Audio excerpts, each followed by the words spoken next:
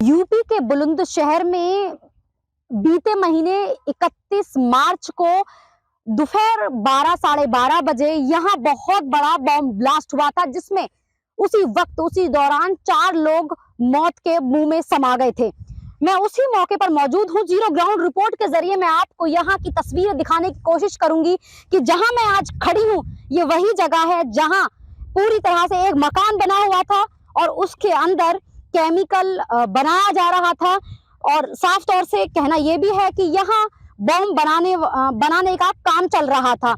राजकुमार, जो कि यहाँ इस चीज का लीडर था, इन सब के सह पर जो ये काम चल रहा था, राजकुमार उस व्यक्ति का नाम था। राजकुमार की सह पर ये पूरा काम चल रहा था। 2 साल पहले भी राजकुमार जेल काट कर आया था। उसके बाद, इससे पहले जब वो जेल गया था, वो इसलिए गया था क्योंकि वो पटाखे बनाने का काम कर रहा था। जैसे ही पुलिस को पता चला, क्योंकि यूपी में पटाखा बैन है, बैन के उस चलते उसको पुलिस द्वारा जेल भेज दिया गया था। जेल काटने के बाद जब वो आता है तो बहुत बड़ा प्रपंच रचाकर वो आता है। आने के बाद तुरंत एक अच्छे से फैक्ट्री को तैयार करता है, जिसमें कि पूरी तरह से यहाँ पर कई व्यक्ति उसके साथ काम कर रहे थे। अभी 2 दिन पहले भी उसके घर पर छापा लगाया है पुलिस द्वारा, जिसमें कि एक नोट गिनने वाली मशीन बरामद की गई है। वहीं उसके बाद वहां काफी केमिकल, उसके जो मकान था, किराए पे वो रहता था, वो उसका परिवार, उसके मकान से जो केमिकल उसके जो मकान के अंदर कई खुफिया जो रास्ते थे, खुफिया तहखाने बनाए गए थे उसके घर के अंदर। जब पुलिस ने छापेमारी की तो ये सब चीजें उसके घर से बरामद हुई। जब उसको पुलिस ने पकड़ा, अभी वो जब यहाँ देखने के लिए आया, उसको एक्टिवा पर जब उसको पता चला अपनी बेटी के साथ में, वो यहाँ आया और उसने देखा कि मेरी ही फैक्ट्री में ब्लास्ट हुआ। वो डर की वजह से दिल्ली रवाना हो गया, जो कि पुलिस ने 2 दिन पहले उसको पकड़कर जेल भेज दिया गया है। उसके बाद में मैं आपको पूरी खबर विस्तार से बताती हूँ। जो ये राजकुमार था, राजकुमार का भाई विनोद था। विनोद और उसकी पत्नी फैक्ट्री के अंदर ही काम कर रहे थे। विनोद जो उसका भाई है, राजकुमार का भाई विनोद है। विनोद का जो काम हुआ करता था अपने भाई के साथ में, ये था कि वो जिले जिले में इस कारोबार को बढ़ावा दे रहा था, बढ़ा रहा था।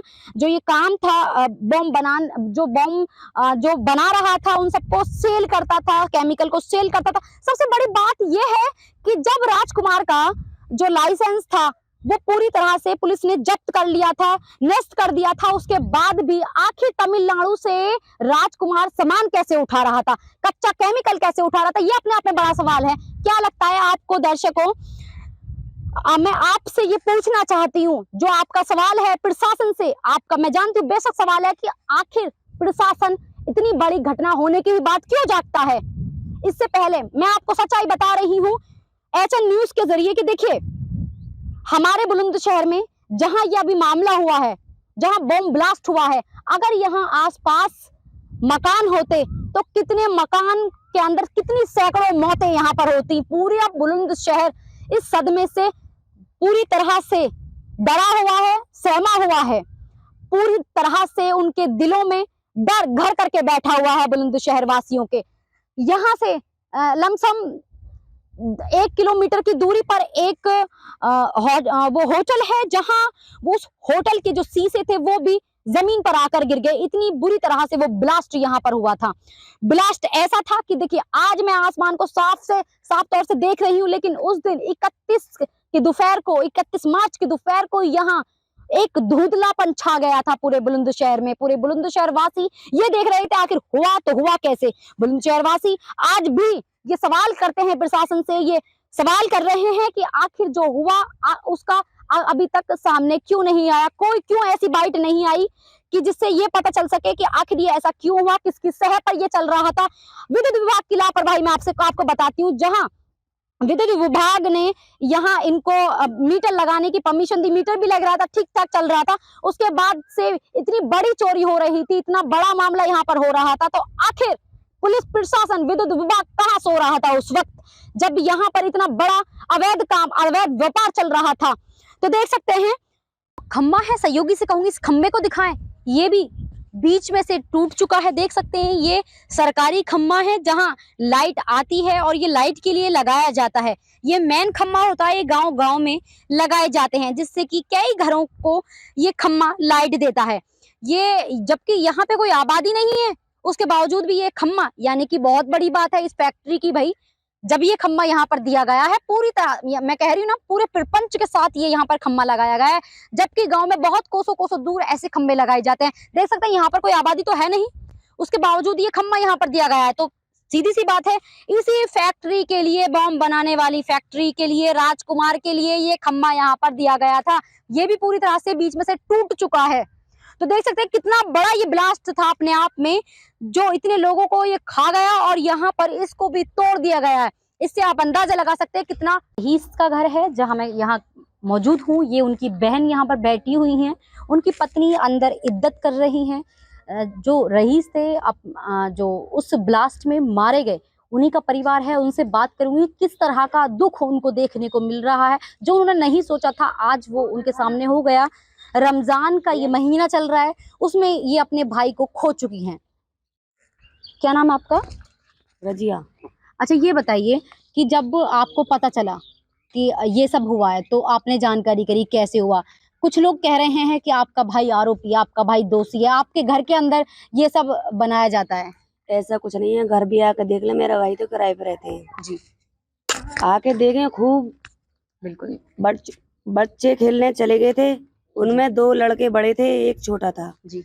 2 तो डर की वजह से भाग आए मेरे भाई को देखकर, और एक रह गया। मेरे भाई लेके उसे आ रहे थे, पता नहीं अपने रिक्शे में बैठ पाए या नहीं बैठ पाए, उतने ही बम ब्लास्ट हो गया। मेरा भाई और मेरा भतीजा वहीं रह गया। अच्छा, बड़ी दुख की बात है। देखिए, बहुत सुनकर भी आंखें नम हो जाती हैं कि हमारे दिल को पता है कि हमसे सांस भी न लिया जा रहा है, हमसे खड़ा भी न हुआ जा रहा है। हमारा भाई गया, हमारे आगे पीछे तो कोई भी न रहा। और उससे ज्यादा दुख उसका है कि ये 5 बच्चे हैं, किसकी वजह से पलेंगे, कैसे पलेंगे? इनका कोई कमाने वाला भी नहीं रहा। हम भी बहने हैं तो हम कहाँ तलक करेंगे, बताइए? जो रईस, कोई सरकारी मदद चाहिए जरूरी। जी बिल्कुल। आप नेता लोग हैं, आप देखें, आप मदद करें जी। कोई घर का मकान इन्हें दिलवाइए, इनके लिए खाने पीने का राशन। ये तो किराए का मकान है जहाँ पर किराए का मकान है, ये 1000 रुपए महीने का। आ जाइए, खूब देख लीजिए कि मकान किराए का ही है। झूठ बात है, सच बात है। हमको झूठ बोलने से कुछ नहीं लेना देना, हमको कुछ फायदा होगा झूठ बोलने से? कुछ नहीं होगा जी। रईस जी के कितने बेटे हैं? बेटे 4 थे, 3 रह गए।